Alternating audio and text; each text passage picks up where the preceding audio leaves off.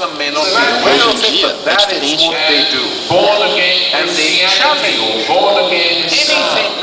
Essa nova onda religiosa de evangélicos e outros grupos que tentam preservar o status quo.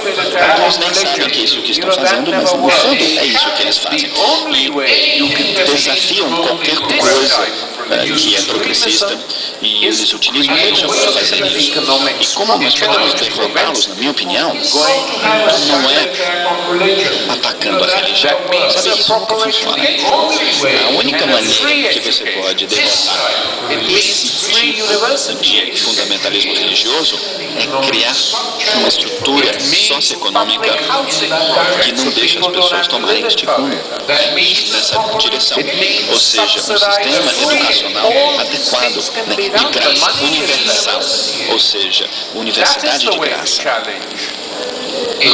Significa moradia popular, onde as pessoas não precisam mais morar em favelas. Significa alimentos subsidiados. Todas essas coisas podem ser feitas, o dinheiro está aí. Eu acho que é assim que nós temos que desafiar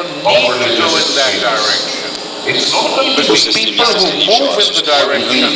Eles não serão derrotados de outra maneira. Quando as pessoas acham que as vidas que elas estão tendo são bem melhores do que eram antigamente e não precisam ir nessa direção. Porque as pessoas que optam por essa direção dos evangélicos, etc., são demoralizadas, deprimidas, amarguradas. E é isso que elas fazem. É assim que elas funcionam.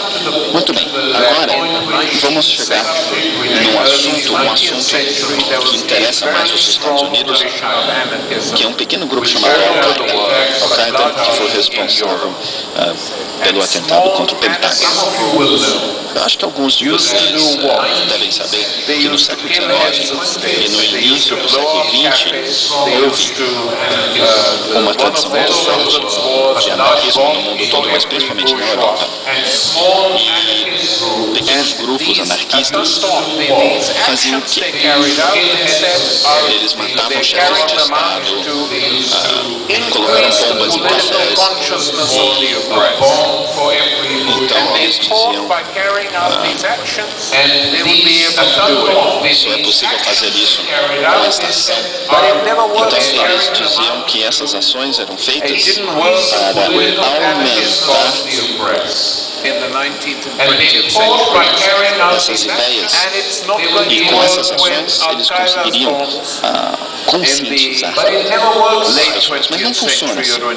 As coisas não funcionam assim. Não funcionou com as bombas anarquistas nos séculos XIX e XX e não vai funcionar com as bombas da Al-Qaeda no final do século XX e no início do século XXI, até hoje em dia. Quer dizer, todos os grupos de inteligência sabem que é uma pequena organização que tem um máximo de 1.000 a 2.000 integrantes. Isso não é nada. Não é nada. E eles são muito fracos. Mas qual é a solução, então? A solução é primeiro perguntar por que os jovens optam por fazer isso? Por que os jovens, não todos, é uma minoria, mas por que esses jovens são atraídos a isso? A resposta é que eles são atraídos a isso porque os países estão sendo ocupados, foram invadidos. Os Estados Unidos ocuparam o mundo árabe, Israel ocupou Palestina, o Afeganistão está sendo bombardeado. Quer dizer, nunca houve um ataque tão grande em relação ao mundo muçulmano como hoje em dia. Então os jovens estão chateados, estão dizendo ninguém está fazendo nada, eles olham para o Iraque. 1 milhão de iraquianos já morreram. 1 milhão de iraquianos já morreram. São 5 milhões de órfãos no Iraque hoje em dia. Quer dizer, todas as suas infraestrutura foi totalmente destruída pelos Estados Unidos. E esse país, agora, o resto do mundo, sobre direitos humanos, na maior cara de pau. Se fosse um mundo justo, onde as mesmas leis se aplicam a todos, aí os líderes americanos e os aliados europeus seriam condenados por crimes de guerra. Mas essa questão nunca é levantada porque todo mundo aceita que existe uma regra para os derrotados e uma regra para os vitoriosos.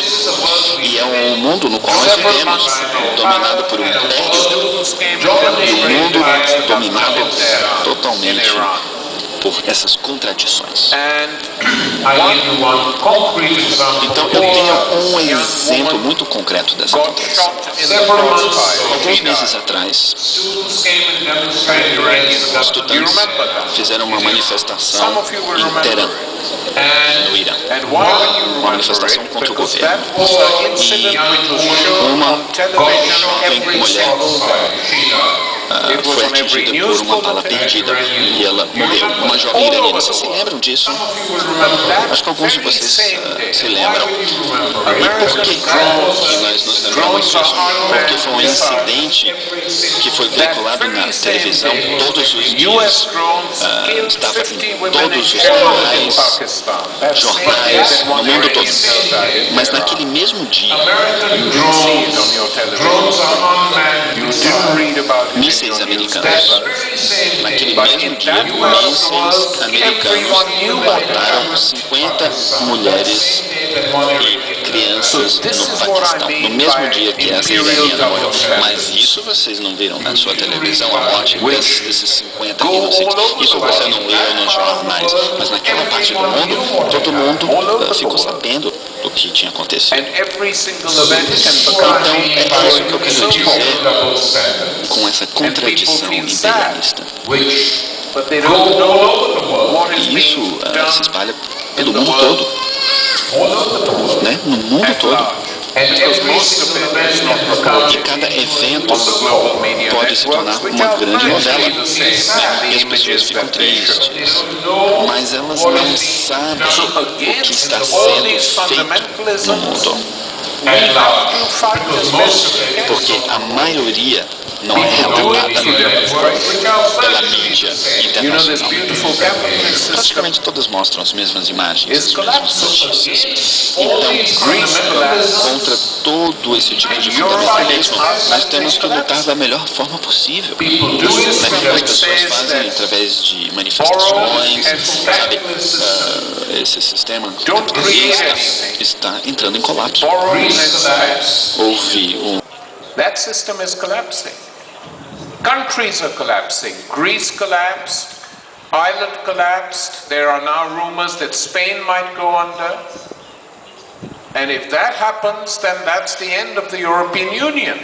Because they built the European Union as a union of the rich, as a union of the bankers. They didn't build it as a social union. Now, if the system isn't working in Europe, don't imagine that the neoliberal economic system is going to carry on working here or even in China. There will be collapses, there will be crises, unless the leaders and the economists of the South understand fully what is going on in the world which they have been mimicking and imitating and copying for the last 20 years. So the world is unstable, the world has many problems, but this world also offers opportunities. And the reason it offers opportunities because people everywhere are tired and fed up. And it is a world crying out to be remade. Those who tried to remake it in the image of money have failed. Those who tried to remake it by producing a culture which said, don't worry, be happy, have failed. So it is now up to the progressive movements and progressive forces globally to come up once again and say, yes, there are alternatives. And we are prepared to discuss these alternatives. And these alternatives are not utopia. They are based on real needs of real people. When the Soviet Union and that whole system collapsed, the triumphalism that we saw in the heartlands of capitalism went on for years. It still goes on, but now they are a bit silent. And sometimes when I speak in the United States, people say to me, but hasn't socialism been tried and failed? To which my response is, yes, but it failed only once. We have to try again. Whereas capitalism has failed 30 times in its history, and it's always revived. Socialism has only failed once, and through mistakes that we know now what they were. But as a system, it needs to be revived, because the planet does not have the resources to permit every single citizen of this world to live like American families used to live in the 1950s and 60s. 2-car families, 2 refrigerator families, 2 house families. People even in the United States can't live like that now, leave alone the rest of the world. And even if they wanted to, there are not resources to do it. There aren't any resources. The energy crisis is a real crisis. The oil will run out. And what we need is a plan. Regional plans, global plans to change the way people live and function. And that cannot happen as long as the world is dominated by rich elites. It cannot happen. And it cannot happen as long as politicians do not challenge those rich elites. It will not happen. So the opportunities are there, but the problems also are huge. But at least we have to understand what the problems are before we can come up with alternatives and offer people a different way of life. Because to tell people that this is the only form of socio-economic, political, cultural life that you are permitted is the worst of all fundamentalisms. Thank you.